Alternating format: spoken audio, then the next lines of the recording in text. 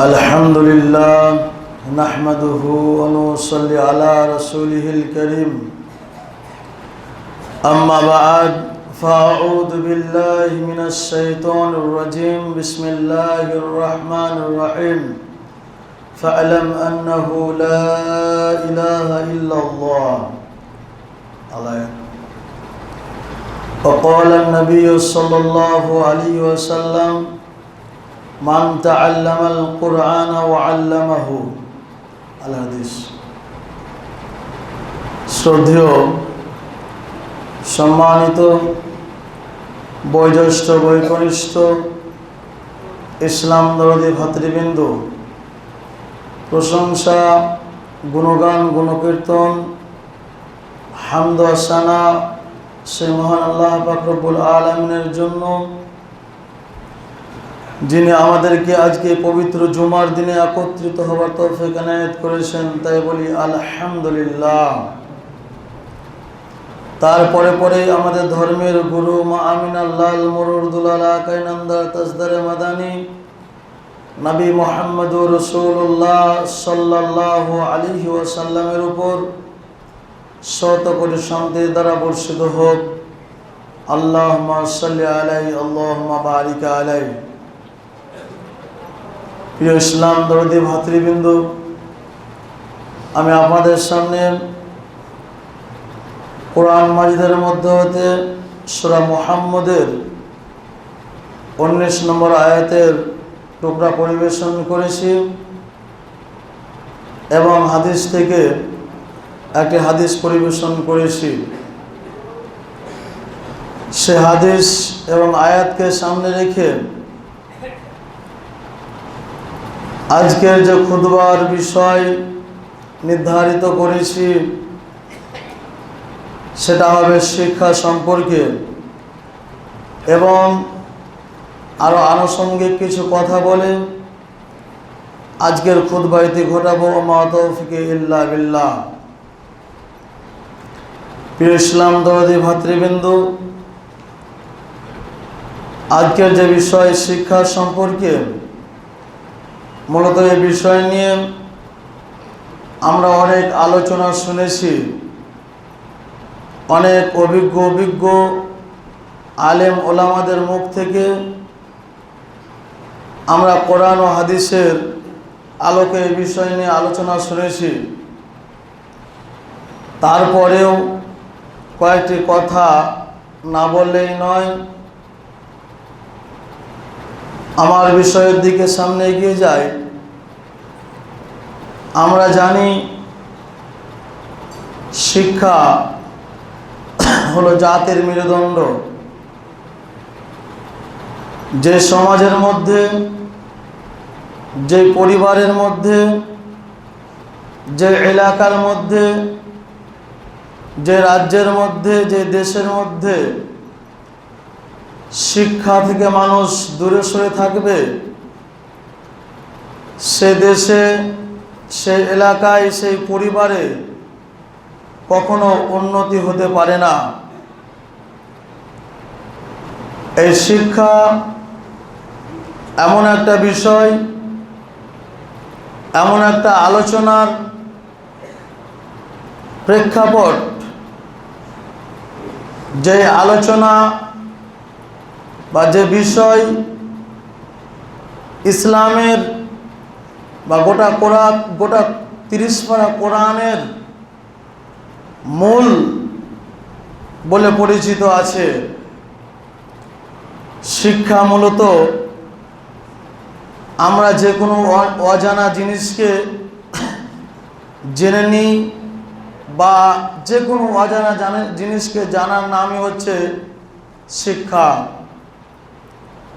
আমি কোরআন হাদিস শিখেছি, এটা আমার শিক্ষা। কেউ আপনার কিনা রাজমিস্ত্রির কাজ শিখে, সেটা তার কাছে শিক্ষা। কেউ টেলারের কাজ শিখে, সেটা তার কাছে শিক্ষা।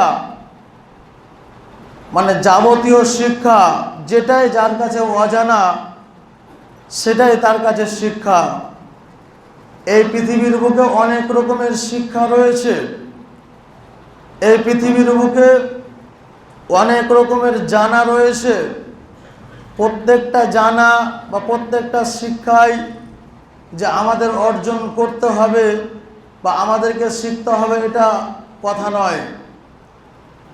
ইসলামের মেন যে পয়েন্টগুলো রয়েছে, ইসলামের যে ইতিহাস রয়েছে, ইসলামের যে আইন রয়েছে, ইসলামের যে কায়দা কানুন রয়েছে, সেই মেন শিক্ষাগুলো, মেন আইনগুলো প্রত্যেকটা মুসলিম জাতির বা মুসলমানের জানা ওয়াজিব বা জরুরি। আজকে আমাদের সমাজে যদি পরীক্ষা করে দেখা যায় বা যদি সার্ভে করা যায়, আজকে আমাদের সমাজের মধ্যে, আজকে আমাদের সোসাইটির মধ্যে, এলাকার মধ্যে, পরিবারের মধ্যে, আজকে আমাদের যে ছোট ছোট বাচ্চারা রয়েছে তাদের কাছ থেকে এই শিক্ষা নামক জিনিসটা বা এই শিক্ষা নামক পাঠটা আজকে আমরা তাদের কাছ থেকে অনেক দূরে সরিয়ে নিয়ে চলে এসেছি। যার ফলে আপনারা দেখবেন বা আমরা দেখতে পাই আজকের সমাজে, বর্তমান সময়ে আজকে আমাদের সমাজে যে সকল ছোট ছোট বাচ্চাগুলো চলাফেরা করে বা 14 থেকে 15 বছরের যে সমস্ত ছেলে হোক বা মেয়ে হোক চলাফেরা করে, তাদের ব্যবহার আচার, তাদের কীর্তি কালচার, তাদের চরিত্র, তাদের আইন বা আদব দেখে মনে হয় না যে এইগুলো আজকে আমাদের মুসলিম ঘরের সন্তান। আজকে একটা বাচ্চাকে যদি কোনো কথা বলা হয়, আজকে একটা 14 থেকে 15 বছরের বাচ্চাকে যদি ভালোভাবে ডেকে কোনো কথা বলা হয়, তাহলে সেই বাচ্চাটা আজকে বয়স্ক মানুষেরও হোক, আলেম সাহেবেরও হোক, মোরল সাহেবেরও হোক, সেই কথাটাকে ওভারটেক করে, অমান্য করে, তার নিজের মনের মতন করে চলার জন্য সে চেষ্টা করে। এর কারণ কি? এর কারণ হচ্ছে আজকে আমরা পৃথিবীর বুকে বেঁচে থাকতে গিয়ে, আজকে আমরা পৃথিবীর বুকে চলতে গিয়ে ইসলামের যে মেন আইন, ইসলামের যে মেন কায়দা কানুনগুলো রয়েছে, সেই আইনগুলো, সেই কায়দা কানুনগুলো ওই বাচ্চাটার মধ্যে, ওই ছেলেটার মধ্যে আমরা গার্জেন দিতে পারিনি বলে তাদের আজকে এই অবস্থা। প্রিয় ইসলাম দরদি ভাতৃবৃন্দু, আজকে আমরা কোন শিক্ষা অর্জন করব? পৃথিবীর বুকে মূলত দুইটা শিক্ষাতে ভাগ করা হয়েছে। একটা হচ্ছে দ্বীনি শিক্ষা এবং আর একটা হচ্ছে দুনিয়াবি শিক্ষা। মাশাআল্লাহ, আলহামদুলিল্লাহ, আজকে যদি সার্ভে করে দেখা যায়, আজকে যদি আমাদের গ্রামগঞ্জে এলাকায় দেখা যায়, সার্ভে করা যায়, দুনিয়াবি শিক্ষার প্রতি আজকে যে আমাদের সোসাইটির মধ্যে, আমাদের সমাজের মধ্যে আমাদের ছেলেপেলেদেরকে, আমাদের ছেলে মেয়েদেরকে যেরকমভাবে দুনিয়াবি শিক্ষার প্রতি অগ্রসর করছি, যেরকমভাবে দুনিয়াবি শিক্ষার প্রতি আগ্রহ দেখাচ্ছি, যেরকমভাবে যে দুনিয়াতে যেরকম চলাফেরা করতে গিয়ে যেই শিক্ষা দরকার হয়, সেই শিক্ষার প্রতি যেরকম আমরা আগ্রহ দেখাচ্ছি, মনে হয় ওই রকম ওর 1% আগ্রহ যদি আমরা দুনিয়াবি শিক্ষার প্রতি দিতাম, আমরা ওর 1% আগ্রহ যদি আমরা দুনিয়াবি শিক্ষা, দ্বীনি শিক্ষার প্রতি দিতাম, তাহলে হয়তো আজকে আমাদের সমাজটা, আমাদের সোসাইটিটা, আমাদের ছোট ছোট বাচ্চারা, আমাদের 14 থেকে 15 বছর সেই যুবকেরা, তারা হয়তো কিছুটা হলেও পরিবর্তন হতো। আপনি দেখবেন আজকে যদি আপনার এলাকার মধ্যে, আপনার এলাকার মধ্যে, আমার এলাকার মধ্যে দেখা যায় সব করে 90টা ছেলে আজকে দুনিয়াবি শিক্ষা নিয়ে আজকে আমরা স্কুল, কলেজ, ইউনিভার্সিটিতে তাদেরকে ভর্তি করে দিয়ে আসছি। আজকে আমাদের টাকা পয়সা আছে বলে, আজকে আমাদের ব্যাংক ব্যালেন্স আছে বলে, আমাদের কিছু টাকা হয়েছে, সেই টাকা আছে বলে আমরা কি করি? আমরা ভালো ভালো মিশন খুঁজি, আমরা ভালো ভালো কি করি? একাডেমি খুঁজি। আমরা এটা দেখি না সেই মিশনে, সেই একাডেমিতে, সেই স্কুলে ইসলামের কতটা শিক্ষা দেওয়া হয়, সেই ইসলামে, সেই একাডেমিতে, সেই মিশনে কোরআন হাদিসের কতটা শিক্ষা দেওয়া হয়, এটা আমরা একটিবারের জন্য প্রাধান্য দিই না।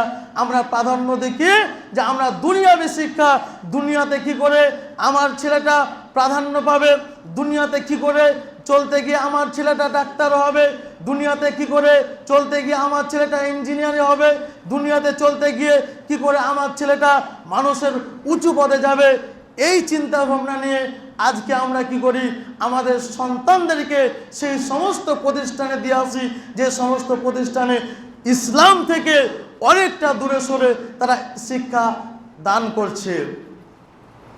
আরেকটা দিক, আজকে আমাদের মনে মনে এটা ভাবনা হয়, আমরা দিনী শিক্ষা কেন দেব? আজকে আমাদের মনে মনে এটাও একটা ভাবনা হয়, দিনী শিক্ষা কেন দেব, দিনী শিক্ষা কাদেরকে দেব? এই শিক্ষা তো একটা ফকিরি বিদ্যা, এই শিক্ষা তো একটা ফকিরদের শিক্ষা, এই শিক্ষা অর্জন করতে গেলে চাইতে হয়, এই শিক্ষা অর্জন করতে গেলে মানুষের দ্বারে দ্বারে যেতে হয়। এটা আজকে আমাদের 100-র মধ্যে 99টা মানুষের মেন্টালিটি এরকম আছে, যে আমরা দিনী শিক্ষা করাতে গেলে এটা একটা ফকিরা বিদ্যা। কিন্তু ফকিরা বিদ্যাটা কোথা থেকে এলো, ফকিরা বিদ্যাটা কোন জায়গা থেকে এলো, একটু এইগুলো আমাদেরকে চিন্তা ভাবনা করতে হবে।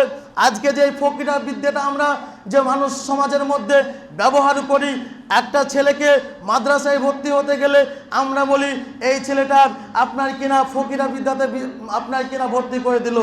কিন্তু মূলত একটা জিনিস আমাদেরকে খেয়াল করতে হবে, আমরা যখন বাচ্চাদেরকে ভর্তি করার ক্ষেত্রে দেখি, যখন যেই ছেলেটা আজকে আমাদের সমাজের মধ্যে সবচাইতে ভালো ছেলে, যেই ছেলেটা আজকে আমাদের সমাজের মধ্যে সবচাইতে আপনার কিনা মেধা ছেলে, আমরা কি করি, সেই ছেলেটাকে আমরা কি করি, আপনার কিনা ইউনিভার্সিটি, কলেজে, একাডেমিতে, মিশনের মধ্যে ফেলে আসি। আর আজকে আমাদের সমাজে যে ছেলেটা সংসারের মধ্যে, যে ছেলেটা 5টা ছেলের মধ্যে সবচেয়ে বদ ছেলে, যে ছেলেটা সবচেয়ে শয়তান ছেলে, যে ছেলেটার কথা শুনে না বাপ মার, যে ছেলেটার অত্যাচারে গ্রাম অত্যাচারিত হয়, যে ছেলেটার অত্যাচারে আপনার পরিবার সুখে থাকে না, ওই ছেলেটাকে আমরা কি করি, আমার মুখটা টেনে বলি এই ছেলেটাকে কি করো, মাদ্রাসায় দিয়ে এসো। এগুলো আমাদের মেন্টালিটি নয়। ফকিরা বিদ্যা কাকে বলে? আজকে যদি আমরা সেই দিকে লক্ষ্য রাখতে যাই, তাহলে দেখতে পাবো এই যে ফকিরা বিদ্যা, এটা কোথা থেকে আসলো, কে এর প্রাধান্য দিল?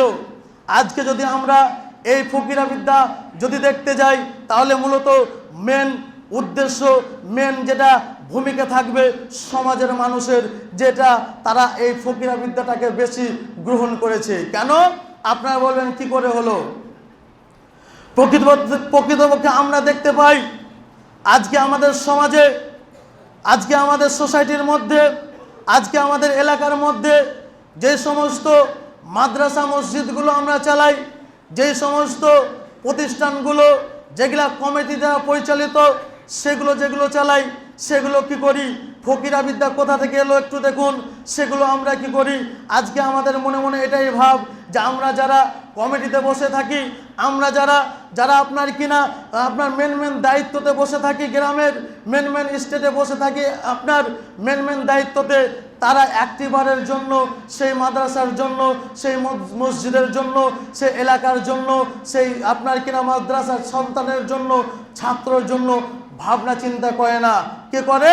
সেই মাদ্রাসায় শিক্ষক নিয়োগ করলো, সেই মাদ্রাসায় আপনার কিনা ছাত্র এলো, তাদেরকে আমরা কমিটিরা কি করি, আপনার ভিখারির মতন তাদেরকে ঝোলা দিয়ে দিলাম, তোমরা গিয়ে যাও, তোমরা চাল আদায় করে নিয়ে এসো, তোমরা যাও, আপনার কিনা চেক ধরিয়ে দিলাম আলেমদেরকে, তোমরা গাও, মানুষের দাঁড়ে দাঁড়িয়ে গিয়ে তোমরা চেক আদায় করে নিয়ে তোমরা মাদ্রাসার মধ্যে এসে তোমরা সেখানে কি করো, আপনার কিনা টাকার হিসাব দাও। আজকে যদি আমাদের মেন্টালিটি, আজকে যদি আমাদের ভবিষ্যৎ, আজকে যদি আমাদের সমাজ পরিবর্তনতা আসতো, তাহলে যেই আলেমটা, যেই শিক্ষকটা, যেই ছেলেটা, আজকে আমাদের এলাকার মধ্যে অনেক মাদ্রাসা রয়েছে, যেই মাদ্রাসার অনেকই অহরহ ছাত্রকে দেখতে পাওয়া যায়, তারা আপনার সময়তে প্রত্যেকটা বাড়িতে চাল চেয়ে বেড়ায়, প্রত্যেকটা স্থানে গিয়ে আপনার দুয়ারে গিয়ে বেড়ায়। এটা ফকিরা বিদ্যা কে করলো? আজকে যে আমরা বলি দ্বীনি শিক্ষা মানে ফকিরা বিদ্যা, আজকে যে আমরা বলি দিনী শিক্ষা মানে আপনার কিনা ফকিরি বিদ্যা। তাহলে এই ফকিরিটা কোথা থেকে এলো? আপনাকে আমাকে সেটা হাসিল করতে হবে, আপনাকে আমাকে সেটা বের করতে হবে। ইসলাম ধরে ভাতৃবৃন্দ বলছিলাম, এই শিক্ষা এমন একটা প্ল্যাটফর্ম, যদি আপনার মধ্যে না থাকে, যদি আমার মধ্যে না থাকে, তাহলে আপনি আমি আল্লাহকে চিনতে পারবো না। কেননা আল্লাহ পাক রব্বুল আলামিন এই পৃথিবীর বুকে নবী মুহাম্মদ রাসূলুল্লাহ সাল্লাল্লাহু আলাইহি সাল্লামের মারফত যখন সর্বপ্রথম ওহী নাজিল করেছিলেন, আমরা সকলেই জানি শিক্ষা সম্পর্কে। কি সম্পর্কে? সূরা আলাকের প্রথম 5টি আয়াত, ইকরা। আল্লাহ পাক রব্বুল আলামিন নবী সাল্লাল্লাহু আলাইহি সাল্লামকে বলেছিলেন তুমি পড়ো। আল্লাহ পাক রব্বুল আলামিন নবী সাল্লাল্লাহু আলাইহি সাল্লামকে জিবরিল মারফত বলেছিলেন ইকরা, তুমি পড়ো তোমার প্রভুর নামে। তাহলে শিক্ষার কতটা গুরুত্ব রয়েছে যে আল্লাহ পাক রব্বুল আলামিন এখানে বলেননি ইয়া আইয়ুহাল্লাযিনা আমানু কুতিবা আলাইকুমুস সিয়াম, ইয়া আইয়ুহাল্লাযিনা আমানু কুতিবা আলাইকুমুস সিয়াম, ইয়া আইয়ুহাল্লাযিনা আমানু কুতিবা আলাইকুমুল কিতাব আকিমিস সালাহ ওয়া আতুজ যাকাত। আল্লাহ পাক রব্বুল আলামিন কিন্তু সর্বপ্রথম আয়াতে এটা বলেননি। কি বলেছেন? তুমি শিক্ষা অর্জন করো। তার কারণ যদি তোমার মধ্যে শিক্ষা না থাকে, তোমার মধ্যে জ্ঞান না থাকে, তোমার মধ্যে শিক্ষা না থাকে, তাহলে তুমি পৃথিবীটাকে চিনতে পারবে না, তুমি ইবাদত করতে পারবে না, তুমি মানুষ চিনতে পারবে না। তাই শিক্ষা এমন একটা প্ল্যাটফর্ম, যে শিক্ষা আপনার আমার মধ্যে যদি না থাকে, আপনার আমার ছেলে মেয়ের মধ্যে যদি না থাকে, তাহলে তাদের ভবিষ্যৎ প্রজন্ম অন্ধকার, তাদের ভবিষ্যৎ প্রজন্ম আপনার অন্ধকারে ভরা আছে। ইসলাম ধর্মের ভাতৃবৃন্দু বলছিলাম, শিক্ষা আমাদের প্রত্যেকটা মানুষের দায়িত্ব। কারণ আল্লাহ নবী সাল্লাল্লাহু আলাইহি সাল্লাম বলেছেন তালিবুল ইলমি ফারিজাতুন আলা কুল্লি মুসলিম। শিক্ষা অর্জন করা, জ্ঞান অর্জন করা প্রত্যেকটা নর ও নারীর জন্য অপরিহার্য, ওয়াজিব, ফরজ করা হয়েছে। আপনি আমি যারা এখন পর্যন্ত শিখতে পারলাম না, যারা আমরা এখন পর্যন্ত শিক্ষার কাছে ধারে কাছে আসতে পারলাম না, তাদের উদ্দেশ্যে বলতে চাই আপনাদের এখনো সময় রয়েছে। শিক্ষার কোনো লজ্জা নেই, শিক্ষার কোনো আপনার শেষ নাই। আপনার মৃত্যুর আগে পর্যন্ত মানুষের শিক্ষার শেষ নাই। আপনাকে শিখতে হবে, যেটা আল্লাহ নবী সাল্লাল্লাহু আলাইহি ওয়াসাল্লাম বলছেন তালিবুল ইলমি ফারিদাতুন আলা কুল্লি মুসলিম। প্রত্যেক মুসলিম নর ও নারীর জন্য শিক্ষা অর্জন করা ফরজ করা হয়েছে, ওয়াজিব করা হয়েছে, লাজিম করা হয়েছে। তাহলে আমরা যারা এখন পর্যন্ত শিক্ষা অর্জন করতে পারলাম না, আমরা তো দূরে থাকলাম। আমাদের চেষ্টা করতে হবে। আমরা পারলাম না, আমাদের চেষ্টা রাখতে হবে আমাদের ভবিষ্যৎ প্রজন্ম মানে আমাদের ছোট ছোট বাচ্চারা, আমাদের ছোট ছোট কচিকাঁচা বাচ্চারা, যারা আজকে আমাদের আপনার কিনা দেখবেন সেই মাঝারি লেভেলের ছেলেগুলো, যেই ছেলেগুলো বেহুদ্দা হয়ে এই এলাকার মধ্যে, গ্রামগঞ্জের মধ্যে ছুটাছুটি করে, মোবাইল নিয়ে ইত্যাদি ইত্যাদি নিয়ে তারা অনেক খারাপ কর্মের মধ্যে লিপ্ত থাকে। ওই সমস্ত ছেলেদেরকে পরিবর্তন করার জন্য আমাদের শিক্ষাটাকে এগিয়ে নিয়ে আসতেই হবে। যদি আমরা শিক্ষাটাকে না এগিয়ে নিয়ে আসি, তাহলে আমাদের সমাজ অন্ধকারে ভরা হবে। যদি আমরা শিক্ষাটাকে না এগিয়ে নিয়ে আসি, তাহলে আমাদের সমাজ পরিবর্তন হবে না, আমরা অজ্ঞই থেকে যাব। আমাদের সমাজ আপনার অন্ধকারের মধ্যে আস্তে আস্তে চলে যাচ্ছে। আজকে আমাদের দুর্ভাগ্য কপাল, আজকে আমরা শিক্ষা থেকে এতটাই পিছিয়ে রয়েছি। আমি যে আপনাকে মানা করছি যে দুনিয়াবি শিখতে হবে না, সেটা কোনো কথা নয়। তবে যেটা প্রথম আপনাকে আমাকে অগ্রাধিকার দিতে হবে, যেটা আপনাকে কিনা মেন সাবজেক্ট হিসাবে গ্রহণ করতে হবে, সেটা হচ্ছে কোরআনের শিক্ষা। কারণ নবী করিম সাল্লাল্লাহু আলাইহি সাল্লাম বলেছেন খায়রুকুম মান তাআল্লামাল কুরআনা ওয়া আল্লামাহু।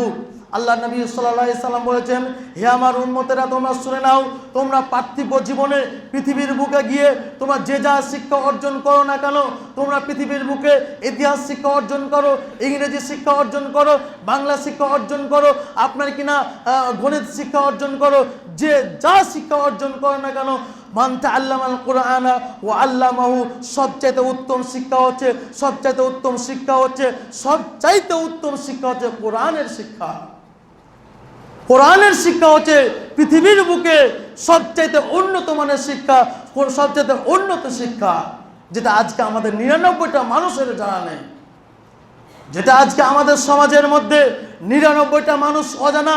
আজকে যদি একটা মানুষ 40 বছর ধরে নামাজ পড়ছে, তাকে সূরা ফাতিহাটা বলতে বলা যায়, তাহলে সেই সূরা ফাতিহা টেনা বেঁকা করে বলবে, সঠিকভাবে তার উচ্চারণ হবে না। কেন? সে 40 বছর ধরে নামাজ পড়ছে ঠিকই, কিন্তু সেই সূরা ফাতিহা সঠিক পড়ার সময় সে বের করতে পারেনি। সে 40 বছর ধরে নামাজ পড়তে পারে, 60 বছর ধরে নামাজ পড়তে পারে, কিন্তু তার যে সূরা ফাতিহা সঠিকভাবে হয় না, এই সময়টুকু সে আর বের করতে পারেনি। সে আর আপনার কিনা বের করে তার সেই সময়টুকু শিক্ষা অর্জন করার সময় জুটেনি তার নসিবে। ইসলাম দরদি ভাতৃবিন্দু, আপনি আমি পৃথিবীর বুকে বেঁচে থাকতে গিয়ে যে শিক্ষায় অর্জন করি না কেন, আল্লাহ নবী যেটা বলেছেন, খায়রুকুম মান তাআল্লামাল কুরআনা ওয়া আল্লামাহু, আজকে আমাদের ছেলে মেয়েদেরকে সবচেয়ে প্রথম যেটা শিক্ষা অর্জন করাতে হবে সেটা হচ্ছে কোরআনের শিক্ষা। কেননা আমরা দেখলাম আমাদের ভারতবর্ষের মধ্যে কিছুদিন পূর্বে আপনার ইউপির মধ্যে একটা ছেলে, আপনার নামটা আমার ইয়াদে আসছে না, স্মরণে আসছে না, একটা ছেলে গোটা 30 পারা কোরআনের হাফেজ হয়ে যাওয়ার পরেও, একজন MBBS ডাক্তার হয়ে যাওয়ার পরেও একজন IPS অফিসার হয়েছে। বলি আলহামদুলিল্লাহ।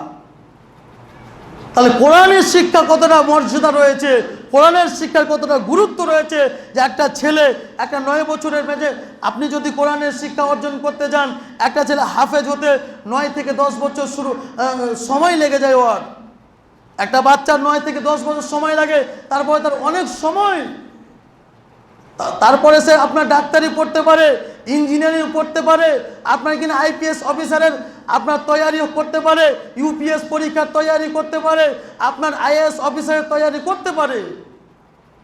কিন্তু আজকে আমরা প্রথম যেটা শিক্ষা, সেখান থেকে আমরা ধ্বজা ভাঙা।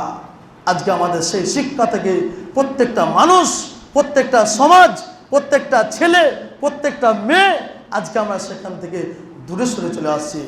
ইসলাম দরদি ভাতৃবিন্দু, আপনি পৃথিবীর বুকে বেঁচে থাকতে গিয়ে আপনার ছেলেকে ইংলিশ মিডিয়ামে পড়াচ্ছেন, ভালো কথা। ইংলিশ মিডিয়ামে ভর্তি করার পূর্বে আপনার ছেলে কোরআনটা সঠিকভাবে পড়তে পারছে কিনা, এইটা আপনাকে আগে বিচার করতে হবে। আপনি আপনার ছেলেকে ইঞ্জিনিয়ার করেন, খুব ভালো কথা, কিন্তু আপনার ছেলে ইঞ্জিনিয়ার হওয়ার আগে আপনার ছেলে কোরআনটা সঠিকভাবে পড়তে পারছে কিনা, এটা আপনাকে বিচার করতে হবে আগে।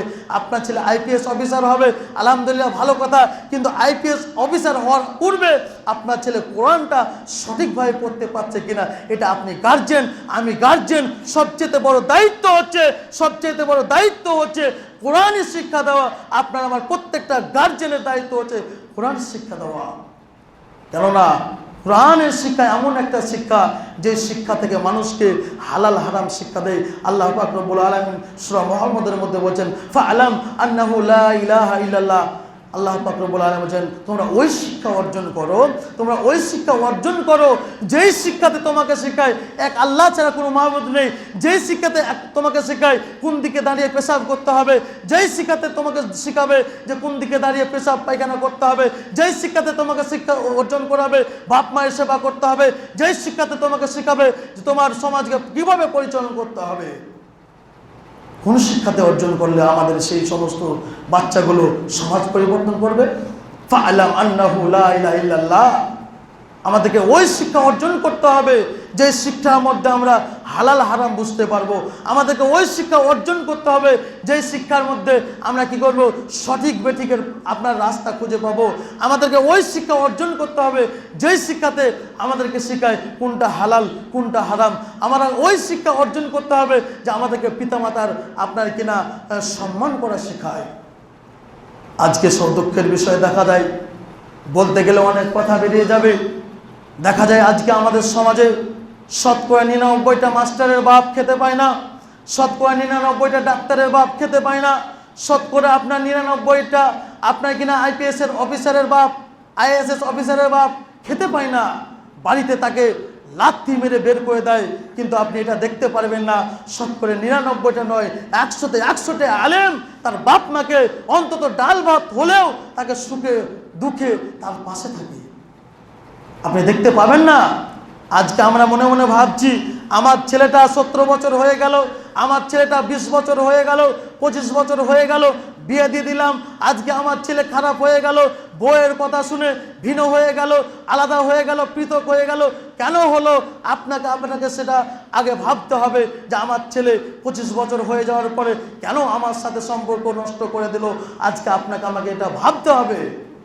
আজকে যদি আমি আপনার সন্তানকে ওই দিনের শিক্ষার উপরে করতাম, ওই দিনের শিক্ষার উপরে রাখতাম, তাহলে আপনার ছেলে কখনোই আপনাকে ছেড়ে যেত না।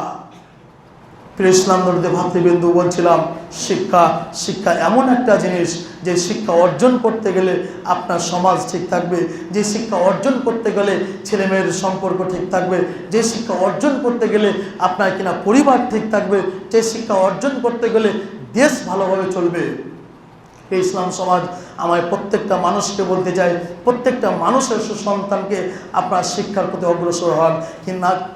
যদি না হন, আপনারা বুঝতে পারছেন, আর বেশি বিলম্ব করব না।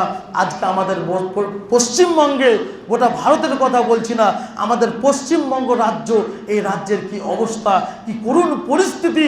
আপনারা গতকাল শুনছিলেন আমাদের জালসার মধ্যে বক্তারা আলোচনা করছিলেন, সেদিকে যাচ্ছি না, কিছু সংখ্যক বলি। আজকে আমাদের পশ্চিমবঙ্গের কত করুণ কাহিনী, সেটা আপনাকে বলে বোঝাতে পারা যাবে না। আপনারা আমার থেকে অনেক অনেক জ্ঞানী মানুষ, আপনারা অনেক নিউজ শুনেন, অনেক পেপার পত্রিকা পড়েন, আপনারা জানছেন যে আজকে আমাদের পশ্চিমবঙ্গের অবস্থা কোন স্থানে গিয়ে দাঁড়াচ্ছে, আমাদের পশ্চিমবঙ্গের মুসলমানদের অবস্থা কোন স্থানে গিয়ে দাঁড়াচ্ছে। এর কারণ কি? আপনার একটা আইপিএস অফিসার নেই। এর কারণ কি? আপনার একটা জজ নেই। এর কারণ কি? মুসলিমদের একটা আপনার কিনা ওসি নেই। এর কারণ কি? মুসলিমদের একটা এসডিও নেই। এর কারণ কি? মুসলিমদের একটা আইপিএস আইএএস অফিসার নেই। কেন? আমরা যে শিক্ষা থেকে দূরে সরে আছি। মুসলিমদের স্থান কোথায় জানেন? বিডিও অফিসের গেটম্যান। বিডিও অফিসে যে লোকটা ঝাড়ু দেয়, সে লোকটা দেখবেন মুসলমান। বিডিও অফিসে যে লোকটা আপনার গেটে থাকে, সে লোকটা দেখবেন মুসলমান। বিডিও অফিসে যে বিডিও সাহেবের গাড়ির গেটটা খুলে, সে লোকটা মুসলমান। কিন্তু এখন পর্যন্ত দেখতে পাবে না 100-এর মধ্যে 99% আপনার তারা দখল করে রয়েছে। এই জন্য আজকে আমাদের উপরে এত অত্যাচার, এত আপনার জুলুম, রাহজানি এত নেমে এসেছে। কেন? আজকে আমরা জানি না, আজকে আমরা আইন বুঝি না, আজকে আমরা আপনার বিধান কি বলছে, আপনার আইন, ভারতীয় সংবিধান কি বলছে, আমরা কয়টা মানুষ জানি যে ভারতের সংবিধানে কি কি লেখা রয়েছে। ইসলাম সমাজ আপনাকে বলতে চাই, আপনি যা হয়েছেন মোট কথা শেষ কথা নয়। আপনার ছেলে রয়েছে, 5 বছরের ছেলে রয়েছে, 5 বছরের মেয়ে রয়েছে। এখনো পর্যন্ত যদি আপনি ভর্তি করতে না পারেছেন, আজকে না হলে কালকে কোনো একটা প্রতিষ্ঠানে গিয়ে আপনার ছেলেকে শিক্ষা প্রতিষ্ঠানে গিয়ে ভর্তি করে আসুন। আর যদি সেই ছেলেটাকে আপনি ভাবেন আদর করেন, আপনি ভাবেন ভালোবেসে, আজকে আপনি সেই ছেলেটাকে রাখতে পারছেন না, ভবিষ্যতে ওই ছেলেটা আপনাকে লাত মারবে। লাত মারার পরে বুঝতে পারছেন দুনিয়ার পরিস্থিতি কি। আল্লাহ পাক রব্বুল আলামিন যেন আমাদের সকলের ছেলেমেয়েদেরকে শিক্ষা অর্জন করার তৌফিক দান করেন। সকলে আমিন। হে আল্লাহ রাব্বুল আলামিন, আমরা যাতে করে আল্লাহ রাব্বুল আলামিন আমাদের উপরে যে বিপদ নেমে এসেছে, আল্লাহ আমরা জানি না কে কত গুনাহ করেছি। আল্লাহ যদি আমরা পাপী হয়ে থাকি, গুনাহগার হয়ে থাকি, আল্লাহ তুমি আমাদেরকে সকলকে ক্ষমা করে দিয়ে, আল্লাহ তুমি আমাদেরকে মাফ করে দিয়ে আমাদের উপর থেকে বিপদ হটিয়ে নাও। আল্লাহ তুমি দাও সেই যে জালেম শাসক, আমরা তাদেরকে ডাইরেক্ট দোয়া করতে পারি না, ধ্বংস হয়ে যাক। আল্লাহ তোমার যেটা ভালো মনে হয়, যদি তাদেরকে ধ্বংস করার মনে হয় ধ্বংস করে দাও, আর যদি তাদেরকে মনে হয় হেদায়েত করার, আল্লাহ তুমি তাদেরকে হেদায়েত তৌফিক দান করো। সকলের আমিন।